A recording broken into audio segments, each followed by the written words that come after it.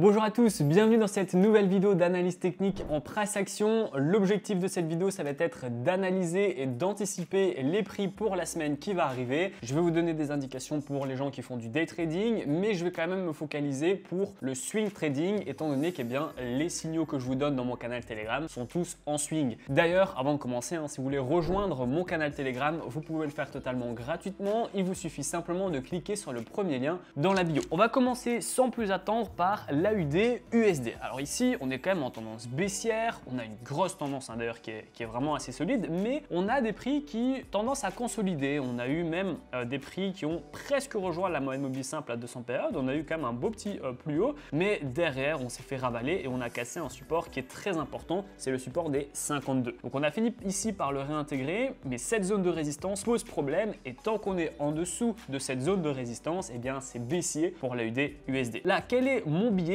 À court terme, les prix vont probablement consolider entre la résistance ici autour des 62 400 et le support ici autour des 62. Mais dans l'idée aussi, on a une cassure et clôture par le bas des 0,62. On aura une accélération baissière pour faire un point bas plus bas que le point bas précédent parce que quand on relie ici ces points, on pourrait avoir un objectif autour des 0,61 100, 0,61 200. Donc je suis vendeur sur l'AUD USD. C'est qu'une question de temps. Il faudrait attendre la cassure et clôture par le bas de ce support qui tient le coup pour le moment. Ensuite, corrélation positive l'oblige. Le GBP USD, c'est un petit peu la même chose. On est dans un canal baissier. Le support oblique ici fait vraiment bien son travail. On a une résistance ici. Les prix sont venus toucher, mais ont vite reparti à la baisse. Alors, à très court terme, mais vraiment très court terme, là, c'est plutôt pour les gens qui font du day trading. On a un petit canal haussier qui est juste ici. Donc, le canal haussier avec des rebonds, quand même un rebond, 2, 3, 4 rebonds ici. Cette bougie en H4 est occupée de casser mais n'a pas encore clôturé par le bas. Donc tant qu'on clôture pas par le bas, le canal haussier fait quand même encore son petit bonhomme de chemin. Sauf que le problème, c'est qu'on a de la pression ici qui est occupée de se créer. On voit ici support,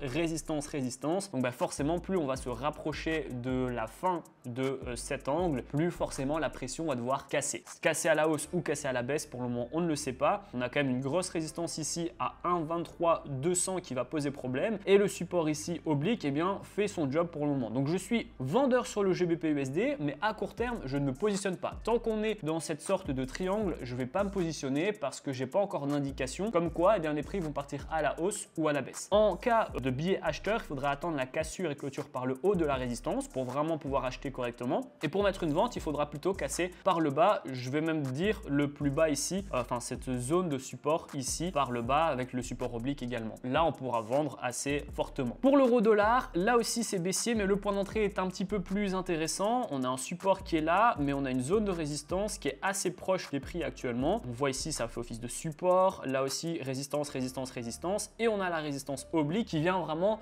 refermer les prix sur eux-mêmes. Donc, résistance horizontale, résistance oblique, canal baissier, tendance baissière sur le haut du canal baissier. C'est vraiment assez baissier sur l'euro dollar. On est actuellement au 1,03, c'est la résistance psychologique, les 1,03. Donc je suis assez vendeur, que ça soit à court terme ou à moyen terme. Ça peut être la semaine de la parité si on a des catalyseurs baissiers pour l'euro dollar. Dans tous les cas, il faudra viser un nouveau point bas, donc plus bas que le point précédent. Ça va nous amener assez facilement à 1,01 500, 1,01 400 là autour. Donc voilà, assez baissier pour l'euro dollar. Toujours pas de catalyseur ou d'événement fondamental qui pourrait nous donner une raison d'acheter. On va maintenant se diriger vers la corrélation inversée avec l'USD-JPY qui nous donne un super point d'entrée, du moins c'est le genre de point d'entrée que j'aime beaucoup. On est en tendance haussière dans un canal haussier ici qui s'est fait casser par le bas et on a eu ici un nouveau contact sur la moyenne mobile simple à 200 périodes. Donc quand on est en tendance haussière et qu'on vient toucher la moyenne mobile simple à 200 périodes mais en rebondissant dessus, on ne la casse pas,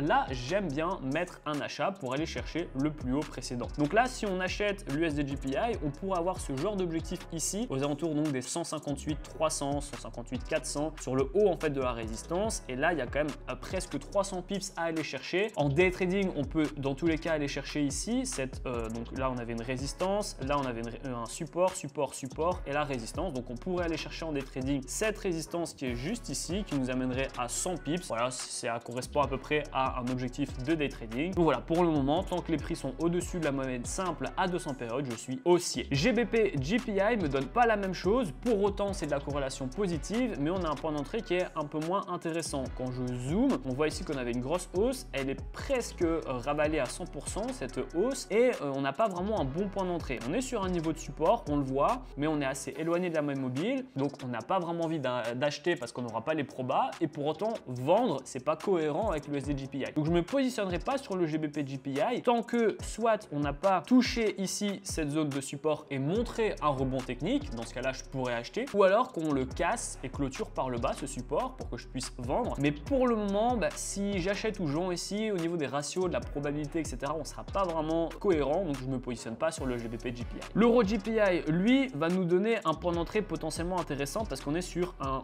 gros support. Actuellement, quand je dézoome, on voit ici gros support, grosse résistance, gros support, support et support. Donc le fait qu'on soit sur un support horizontal et qu'on soit également sur un support oblique, juste ici, on voit que les prix ont rebondi une fois, deux fois, trois fois, quatre fois, et bien j'ai support horizontal, support oblique, j'ai donc mon support plus, comme j'aime bien les appeler, j'ai ma résistance qui est plus ou moins ici, le haut de mon canal, donc je pourrais très bien acheter, ce qui est tout à fait cohérent avec mon achat potentiel sur l'USD GPI, et pour le coup, bien je pourrais acheter jusqu'à aller chercher le haut de mon canal à peu près à 200 pips. J'ai ici la résistance qui va m'embêter là à 187 pips, donc je pourrais mettre mon take profit juste ici. Pour le NZD CAD, donc là il faudra un petit peu de patience. Pour le moment c'est baissier, on est dans un canal baissier. On voit ici que le canal pour le moment fait bien son job. Les prix ici par le bas rebondissent, donc on est dans un canal baissier en tendance baissière. C'est assez vendeur. On n'a pas de grosse résistance qui pourrait nous donner un bon point d'entrée à part ici, mais dans l'idée, moi personnellement je suis déjà positionné, donc je pourrais pas me re-rentrer. Je suis déjà positionné à la vente sur cette zone de résistance. L'idée c'est que tant qu'on est en dessous de cette zone de résistance à 0,80800, eh bien je suis vendeur et je vise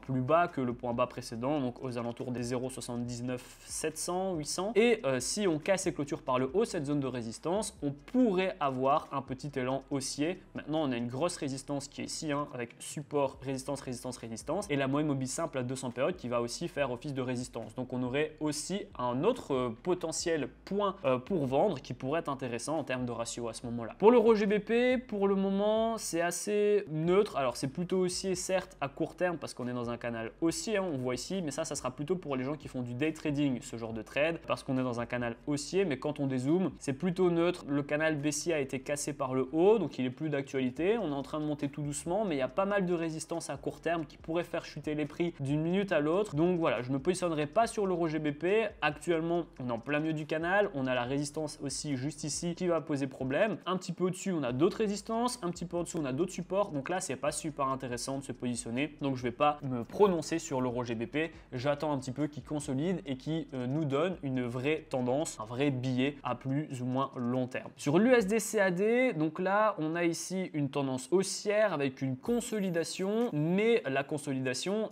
au final, elle commence à s'essouffler parce qu'on a une grosse résistance. On a essayé une fois, deux fois, trois fois, 4, 5, 6, 7 fois de la casser par le haut. On a toujours échoué. Là, on est reparti pour une nouvelle tentative, mais on a une zone de résistance qui est ici. On en a une autre qui est ici. Donc voilà, cette zone est vraiment assez importante pour l'USD CAD. Donc moi, personnellement, je pourrais voir une vente pour aller chercher la moyenne mobile simple à 200 périodes dans un premier temps. C'est un trade qui sera à contre-tendance, certes, mais qui serait plus ou moins cohérent face à l'historique des prix, face à ce qui s'est déjà passé par le passé. Donc voilà, je serais plutôt vendeur sur l'USD CAD en sachant que j'ai pas les probas, mais ça pourrait me donner un ratio qui est assez intéressant. Sur le CHF GPI, c'est vendeur. On a ici cassé et clôturé par le bas en dessous donc de la moyenne mobile simple à 200 périodes. On est ici dans un canal baissier. On voit ici le support oblique, la résistance oblique est juste ici, et on a cassé et clôturé par le bas un gros support qui devient maintenant grosse résistance. On voit que là, les prix avaient beaucoup de mal et on rebondit très fortement sur ce niveau. Et donc là aussi, on a eu un autre rebond. Et donc, évidemment, maintenant qu'on l'a cassé, on va potentiellement avoir un pullback et une autre jambe baissière. Et cette jambe baissière pourrait même casser, clôturer par le bas le canal baissier qui serait également un gros billet vendeur. Donc, je suis assez vendeur sur le CHF GPI qui serait pas forcément en corrélation avec mon trade sur l'USD GPI, mais qui serait plutôt en corrélation avec le GBP GPI. Donc, à voir un petit peu également en fonction des catalyseurs et de l'annonce fondamentale qu'on pourrait avoir sur le CHF ou le GPI. Mais Mais voilà, tant qu'on est en dessous de cette zone de résistance, c'est vendeur. Et si on casse et clôture par le haut cette zone de résistance, on pourrait tenter un achat. Pour ensuite l'euro CAD, donc on avait une pression ici, support oblique, résistance oblique, et donc la pression s'est cassée par le haut. Donc maintenant, c'est devenu acheteur. Là, ici, l'objectif des acheteurs, c'est quoi? Ça va être de rejoindre la moyenne mobile simple à 200 périodes dans un premier temps, et puis eh bien d'aller chercher les 3/4, voire même les 100% de la baisse qui s'est produite juste ici. Donc pour le moment, c'est acheteur sur l'OCAD.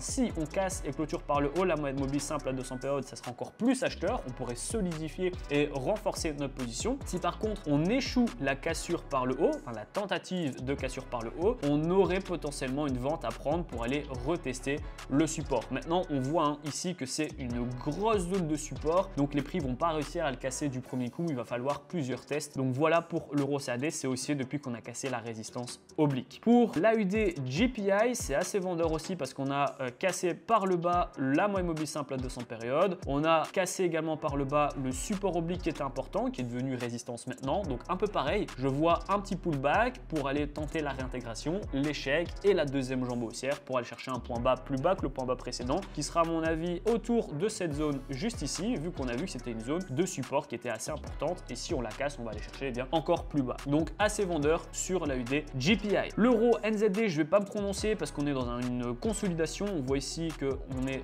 sur une grosse zone de support, résistance, et là on vient de la casser, mais juste au-dessus il y a une autre résistance, et juste au-dessus il y a une autre résistance aussi. Et en termes de support, on en a un là, un là, un là et un là. Donc voilà, il y a beaucoup de résistance, beaucoup de supports qui sont importants. Donc en règle générale sur l'euro NZD, je veux dire que tant qu'on est dans cette zone ici, c'est pas très intéressant de rentrer. On n'a pas forcément les probas, donc je vais pas me prononcer sur l'euro NZD. J'attendrai soit une cassure et clôture par le haut des 1,85 ou alors une cassure et clôture par le bas des 1,83 pour justement qu'on puisse avoir une accélération du mouvement, qu'il soit haussier ou baissier. On pourrait potentiellement se positionner à ce moment-là, mais qu'on est à l'intérieur de cette zone de consolidation, c'est pas intéressant. Pour le GBP/AUD, c'est baissier, c'est vendeur. On est dans un canal baissier. On a cassé par le bas la moyenne mobile simple à 200 périodes. Là, on voit que le support oblique, eh bien, il fait son job. La résistance oblique, elle fait son job également. Donc voilà, c'est assez tranquille. Ça bouge pas beaucoup sur le GBP/AUD, donc je vais pas y passer 4 heures. On voit que c'est vendeur, mais le volume est assez bas. Ça bouge pas vraiment. Donc là aussi, on pourrait attendre un événement fondamental qui accélérerait la tendance baissière du GBP/AUD. Pareil pour le GBP/CHF, c'est une tendance baissière, mais qui bouge pas vraiment. On voit en fait de toute façon qu'on est dans un énorme range depuis plusieurs mois sur le GBP/CHF. Donc tant qu'on est à l'intérieur du range, on ne se positionne pas. Si on casse les clôtures par le bas du range qu'on voit à plusieurs reprises, qui a été tenté mais qui n'a jamais été cassé, on pourrait vendre. À ce moment-là, on pourrait vraiment vendre très fortement. Et au contraire, à l'inverse, je pourrais même le remettre un peu plus haut. Si on casse les clôtures par le haut, le range, on pourrait avoir une accélération haussière. Pour autant, on le voit, tant qu'on est à l'intérieur de ce range, c'est plutôt neutre et il n'y a pas grand chose à aller voir. Ensuite, on va aller sur l'AUD/CAD qui lui est certes dans un canal baissier. On le voit ici, le canal baissier sur le support oblique. On a une résistance qui s'est juste ici, qui s'est faite percer et qui à court terme repart à la hausse. Donc depuis qu'on a eu en fait la tentative ici de percer par le haut de la résistance, l'échec, sauf que l'échec, eh bien, c'était sur le support oblique, donc on a eu une reprise haussière, on l'a cassé, cette résistance, et donc c'est devenu haussier. Donc là, l'objectif à court terme, ça va être eh bien, d'aller chercher la moyenne mobile simple à 200 périodes, qui fait office de résistance, on le voit ici avec ce niveau de support précédent, juste ici, support, résistance, résistance, résistance, résistance, donc ça va être le gros niveau à aller chercher sur l'AUD/CAD, et si on le casse par le haut, ça sera la prochaine zone qui était ici, qui était une grosse zone de support. Donc voilà pour cette vidéo, 15 trades environ, 15 minutes. Qu'est-ce que je vais faire lundi matin à l'ouverture des marchés? Je vais attendre quelques heures que les marchés se réveillent, et ensuite si on a des conditions de trade qui se sont fait valider, je vais entrer en position, et si on a des scénarios qui se sont fait invalider, je ne vais pas rentrer tout simplement. Donc je vous invite à faire la même chose, préparez vos graphiques, soyez prêts pour la semaine de trading qui va arriver. Si la vidéo vous a plu, n'hésitez pas à me le dire en commentaire, et surtout n'oubliez pas que vous avez la possibilité tous les matins de copier un signal de trading totalement gratuitement que je vous enverrai. Donc il vous suffit de cliquer sur le lien dans la description et vous pourrez copier le premier signal dès le lendemain matin.